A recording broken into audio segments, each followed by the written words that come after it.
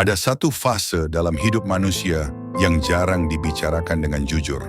Fase ketika seseorang masih beribadah, masih menyebut nama Allah, masih menundukkan kepala dalam salat, namun hatinya terasa jauh, sangat jauh. Bukan jauh dari masjid, bukan jauh dari sajadah, tapi jauh dari rasa. Di fase itu, ibadah tetap dilakukan, namun tidak lagi menenangkan.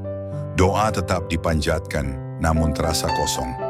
Zikir tetap diucapkan, namun tidak meninggalkan bekas di dada.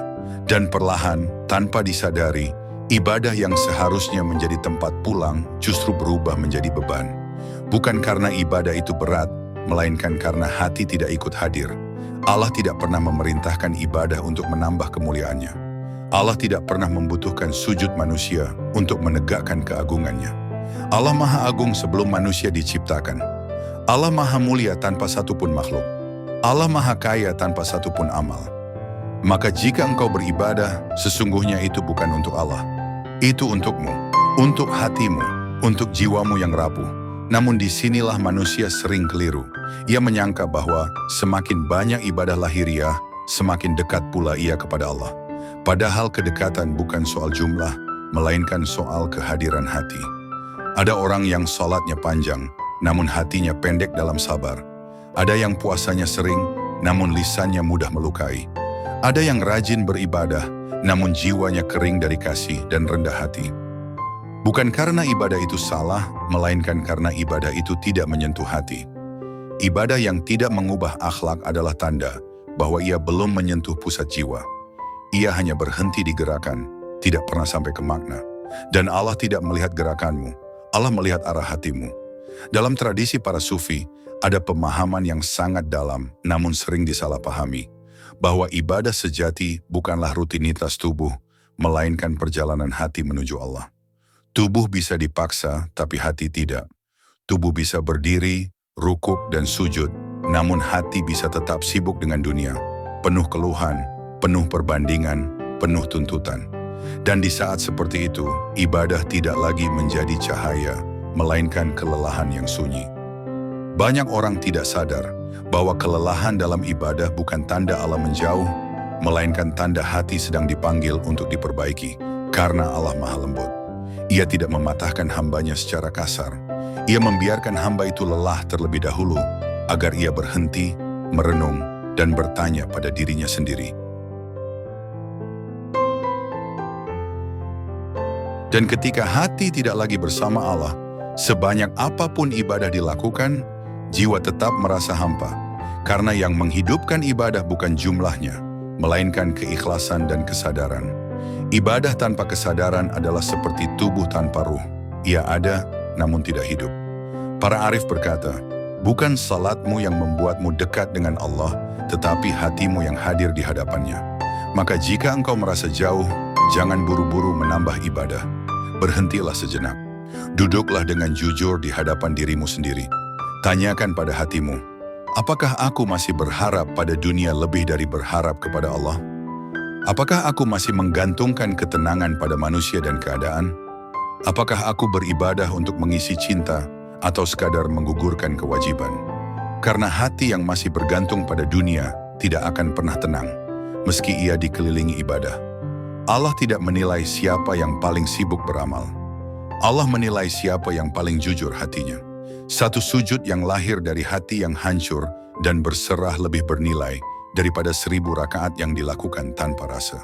Satu doa yang dipanjatkan dengan ketergantungan penuh lebih dekat daripada ribuan kata yang diucapkan tanpa kehadiran jiwa. Karena Allah dekat bukan kepada gerakan, tetapi kepada hati yang tunduk. Di titik inilah seseorang mulai memahami bahwa tujuan ibadah bukanlah membuat Allah ridha dalam arti kebutuhan, melainkan membuat hati manusia kembali lurus. Ibadah adalah jalan, hati adalah tujuan. Jika jalan ditempuh tanpa sadar kemana arah tujuan, maka semakin jauh melangkah, semakin lelah jiwa. Namun jika hati sudah kembali kepada Allah, maka sedikit ibadah pun terasa ringan, karena ia dilakukan dengan cinta, bukan keterpaksaan. Maka jangan heran jika ada orang yang ibadahnya sederhana, namun wajahnya tenang, ucapannya lembut, jiwanya lapang. Bukan karena ia lebih sedikit beramal, melainkan karena hatinya telah sampai pada kesadaran bahwa Allah tidak pernah membutuhkan apapun darinya, namun ia membutuhkan Allah dalam setiap denyut hidupnya. Dan ketika kesadaran itu tumbuh, ibadah tidak lagi menjadi tuntutan, melainkan kebutuhan jiwa. Bagian ini bukan untuk menghakimi, bukan untuk menilai siapa yang benar dan salah. Bagian ini adalah ajakan lembut untuk melihat ke dalam diri sendiri. Karena sebelum memperbaiki ibadah, kita perlu memperbaiki hati yang beribadah. Dan perjalanan itu baru saja dimulai. Ada satu keadaan yang paling melelahkan bagi seorang hamba, yaitu ketika ia merasa sudah mendekat kepada Allah, namun jiwanya tetap gelisah. Ia tidak meninggalkan ibadah. Ia masih menjaga salat. Ia masih mengingat Allah di lisannya. Namun di dalam dadanya ada kegaduhan yang tidak kunjung reda. Dan kegaduhan itu bukan karena kurang ibadah, melainkan karena hati masih terikat pada selain Allah. Hati manusia tidak pernah kosong. Jika ia tidak dipenuhi Allah, maka ia akan dipenuhi oleh dunia. Dunia dalam bentuk yang paling halus, harapan kepada manusia, ketergantungan pada keadaan, obsesi pada hasil, dan kecemasan terhadap masa depan. Inilah yang sering tidak disadari oleh orang yang beribadah. Ia menghadap Allah dengan tubuhnya, namun hatinya masih mondar-mandir di antara rasa takut, ambisi, dan luka dunia. Dan hati yang terbelah seperti itu tidak akan pernah benar-benar tenang. Allah tidak meminta hati yang sempurna. Allah meminta hati yang utuh. Utuh dalam arah, utuh dalam sandaran, utuh dalam tujuan. Namun kebanyakan manusia memberikan hati yang terpecah. Sebagian untuk Allah, sebagian untuk dunia. Ia ingin Allah menenangkannya, namun ia tidak rela melepaskan hal-hal dunia yang menjadi sumber kegelisahannya. Maka yang terjadi bukan ketenangan, melainkan tarik-menarik batin yang melelahkan. Para arif memahami bahwa akar dari kelelahan rohani bukanlah dosa besar semata, melainkan ketergantungan yang salah.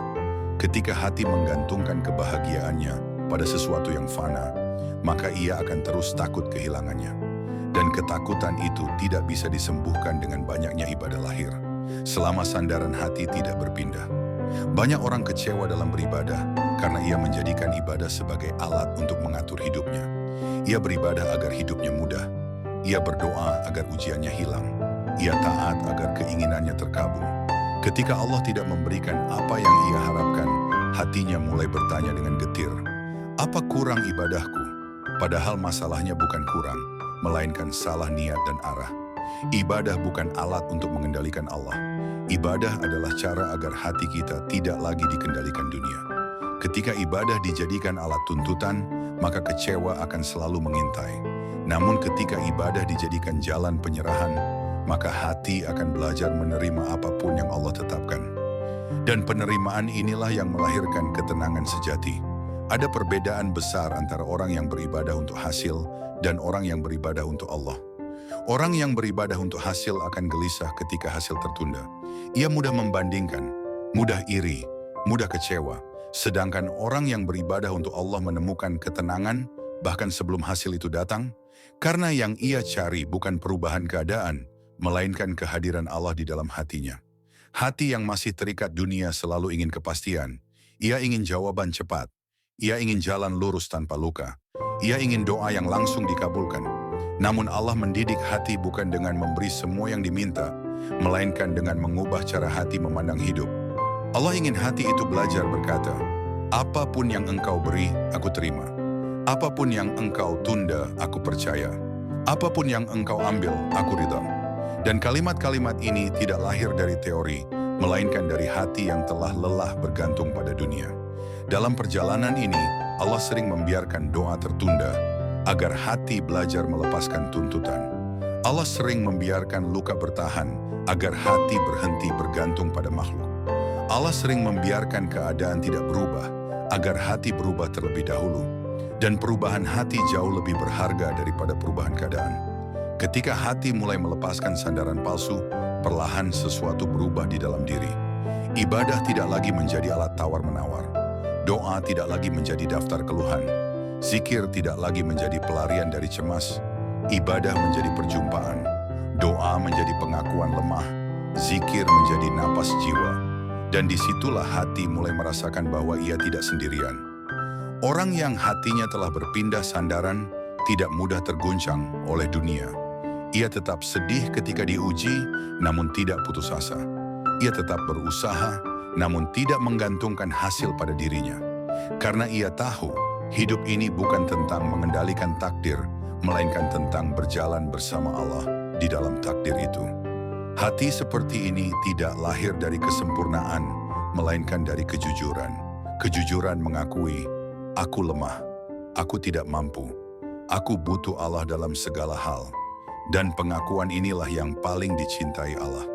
Bukan ibadah yang penuh kebanggaan, melainkan hati yang penuh ketergantungan. Jika sampai hari ini engkau masih merasa lelah, jangan putus asa. Itu bukan tanda kegagalan iman, melainkan tanda bahwa Allah sedang membersihkan sandaran hatimu. Ia sedang mengajakmu naik ke tingkat yang lebih dalam. Bukan sekadar beribadah, tetapi berserah. Dan ketika hati benar-benar berserah, ibadah tidak lagi terasa sebagai beban, melainkan kebutuhan jiwa.